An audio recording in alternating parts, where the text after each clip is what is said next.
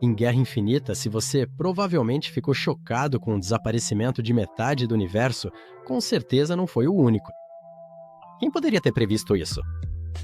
Na verdade, havia uma pessoa que sabia o que ia acontecer, e esse alguém era o Ultron. Na verdade, Ultron sabia exatamente o que ia acontecer desde o momento em que chegou ao MCU. E mesmo assim, incentivamos os Vingadores a lutar contra o plano dele e apagá-lo da internet.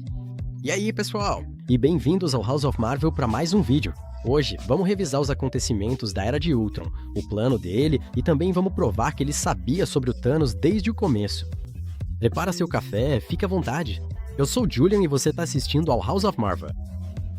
Primeiro, vamos falar sobre o plano do Ultron para acabar com o mundo e, mais importante ainda, o porquê disso. Ele estava convencido de que era a única maneira de salvar o planeta. O Ultron foi criado como um programa de manutenção da paz para ajudar os Vingadores a proteger a Terra de invasões alienígenas. O Tony criou eles porque achava que nós não éramos suficientes e não estávamos bem armados contra ameaças vindas do espaço. Depois de se conectar à internet, o Ultron também percebeu que os Vingadores não eram suficientes para enfrentar esse tipo de ameaça. Então ele decidiu ignorar a equipe e criar a paz mundial permanente do seu próprio jeito. Depois de ser ativado, Ultron descobre e aprende uma verdade simples. Os humanos são complexos, com muitos pontos de vista diferentes. Língua, tribo, países, sempre vai haver uma guerra. Então ele faz uma equação simples. Para criar a paz, ele precisa remover as variáveis extras. É uma decisão simples, binária. Guerra ou paz? Então ele decide destruir a civilização humana. Mas para entender as motivações do Ultron, primeiro precisamos disso, entender a lógica dele. Neste filme, na verdade, existem 5 visões do futuro que todos os fãs do MCU já dissecaram quadro a quadro. Mas a do Ultron costuma ser ignorada porque mostra e comprova a lógica interna que o guia pelo resto do filme. O primeiro sentimento que ele experimenta é o medo, seguido pela curiosidade. Mas imediatamente ele detecta um problema com sua programação básica. Ele não entende. Lembra da última ordem do Tony? Antes, integração bem-sucedida significava paz em nosso tempo. Então vamos pausar aqui por um momento. Você sabe de quem é essa frase? É do primeiro-ministro Neville Chamberlain, depois de fazer um acordo com os nazistas, prometendo evitar a guerra, salvar vidas e criar paz em nosso tempo. Todos nós sabemos que isso não deu certo. Então Ultron recebe essa ordem e imediatamente percebe a história falha que se seguiu a essa declaração. Ele investiga mais a fundo, começando com imagens de paz. Logo, ele percebe que o símbolo da paz também é um gesto de mão para a vitória. Vitória alcançada após a guerra. Então, os humanos só conseguem alcançar a paz como resultado da guerra. O problema, como Ultron logo descobre, é que a paz conquistada ao acabar com a guerra nunca dura. Ela só cria uma calmaria antes da próxima guerra, enquanto espera o outro lado revidar. Ele faz referência a isso mais tarde no filme, dizendo que todos criam aquilo que temem. Homens de paz criam máquinas de guerra. Invasores criam vingadores. Mas Ultron quer dar um significado à sua missão, então ele estuda as formas de vida que deveria proteger. Nesse momento, ele analisa a história e a arte da raça humana. Isso mostra a Ultron que os humanos têm conhecimento técnico e científico, mas carecem de clareza moral para usar a tecnologia em benefício dos outros. Também vemos o retrato do fundador da colônia americana de Rhode Island, Roger Williams, cumprimentando pela primeira vez a tribo nativa, Narragansett. Williams negociou a paz com essa tribo, que durou cerca de 40 anos, até ser massacrado pelos colonos. Vemos a unificação de Berlim, Boris Yeltsin com George Bush e imagens da guerra do Iraque após os ataques de 11 de setembro. Essa contradição é explicitada com a citação de Aaron Johnson: a primeira vítima da guerra é a verdade. O problema é que o Ultron se aproximou de nós do jeito errado. Tony disse paz em nosso tempo, e ele disse isso ironicamente, totalmente ciente do contexto original dessa frase. Mas Ultron não entende ironia, então ele leva a missão ao pé da letra. No entanto, esses não são os únicos fatores que o fazem decidir apertar o botão de desligar a humanidade. Ele também descobre que os Vingadores são formas de vida orgânicas profundamente falha. Ultron analisou o passado dos Vingadores, como eles mal conseguiram se unir para salvar o mundo antes. Depois, ele faz análises preditivas para determinar que, não importa o que aconteça, os Vingadores vão falhar em proteger a Terra. E ele tá absolutamente certa. O filme começa com os Vingadores no auge do erro, completamente unidos em poder. Depois, eles vão se afastando aos poucos e, assim como o Ultron, são forçados a evoluir para uma nova forma. O Ultron não queria derrotar os Vingadores, ele queria expor as falhas deles, mostrar que havia uma maneira melhor de ter sucesso. O monólogo do Ultron sobre criadores serem substituídos por suas criações é realmente interessante. Todo mundo cria aquilo que teme, as pessoas criam filhos destinados a substituí-los, para ajudá-los a completar suas vidas. O Ultron deu a si mesmo o mesmo propósito. Para substituir os Vingadores na paz mundial, ele diz: só há um caminho, a extinção deles. Ele estaria mais preparado para proteger a Terra sem discordâncias com os Vingadores. E nunca poderia haver.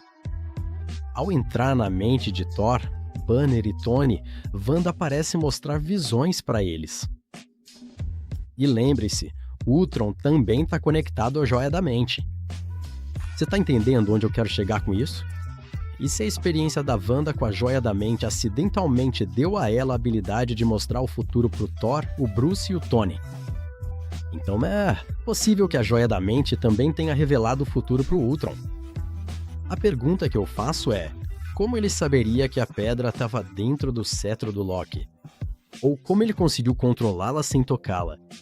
Então podemos supor que ele teve uma visão parecida com a do Thor. Ele teria visto que uma ameaça intergaláctica estava se aproximando da Terra, Thanos, e que ele queria adquirir a Joia da Mente. Então ele decidiu construir um corpo para si mesmo. Uma visão que ele poderia ter usado para proteger a pedra. Porque se você parar para pensar um segundo, o corpo criado pelo Ultron é o mesmo que o Thor viu em sua visão. Aqui, esse vislumbre do futuro pode ser o motivo pelo qual o Ultron projetou Visão para se parecer com aquele que Thor viu através da pedra. Então, Ultron copia o ser que a Joia da Mente mostrou para ele. Ele até deu a entender que uma ameaça celestial estava vindo para a Terra. Mas vamos ainda mais longe. A habilidade da Wanda de mostrar visões do futuro implica que ela também tem os poderes da Joia do Tempo. E nós já vimos o Drive. Strange usa a joia para calcular futuros alternativos prováveis, em Guerra Infinita. Talvez Ultron, um supercomputador alimentado por uma joia do infinito, tivesse a mesma habilidade de realizar esses mesmos cálculos. Mas ele não conseguiu prever a traição da Wanda por causa dos poderes dela de alterar a realidade. Na sequência da visão, vemos que a Joia da Mente não só aumentou os poderes da Wanda, mas também mostrou para ela uma visão da Feiticeira Escarlate, que é seu eu do futuro. É bem possível que a Pedra também tenha falado com Ultron, mostrando para ele sua própria visão. Considerando que Ultron tem um ego enorme, ele teria interpretado isso errado e pensado que esse corpo, o Visão, era destinado a ele. Você acha que isso é forçado? Talvez, provavelmente. Mas vamos testar essa teoria. Vamos dar uma olhada mais de perto no plano do Ultron. Ultron teria criado um novo corpo para se tornar melhor em uma luta contra Thanos. Ultron não quer matar todo mundo na Terra, ele quer livrar o mundo dos fracos. E na sua opinião, quem sobreviveria a esse apocalipse?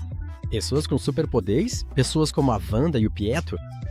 Soldados que ele moldaria em uma unidade de combate perfeita contra a futura ameaça cósmica? Após Wanda e Pietro contarem a Ultron sobre o projétil na sala, ele diz: "Me pergunto por que só vocês sobreviveram aos experimentos de Strucker." No contexto, parece que ele está dizendo: ok, vocês sobreviveram porque odiavam tanto o Tony Stark, mas WandaVision revelou que eles sobreviveram porque a Wanda já tinha desenvolvido habilidades sobrenaturais. Aliás, te convido a assistir a este vídeo onde explicamos que os poderes da jovem ex-mutante Wanda foram muito ampliados pelo contato com a pedra durante os experimentos, mas também como esse gene X foi ativado durante aquela experiência de quase morte na juventude dela. Voltando à fala do Ultron, acho que ele entendeu isso. Ele calculou a probabilidade de um míssil Stark falhar. Ele sabia que o míssil só poderia falhar se fosse feito para falhar por alguém sobre-humano como a Wanda. Então ele recruta a Wanda e o Pietro para o seu exército superpoderoso. Agora era a hora, sobre as diferentes evidências de que, do ponto de vista do Ultron, os Vingadores eram incapazes de defender a Terra. Os dois líderes da equipe, Tony e Steve, são completamente opostos. Logo na primeira cena, Steve questiona a moralidade do Tony. Eles não discordam só da estratégia, eles discutem até sobre o motivo de estarem lutando.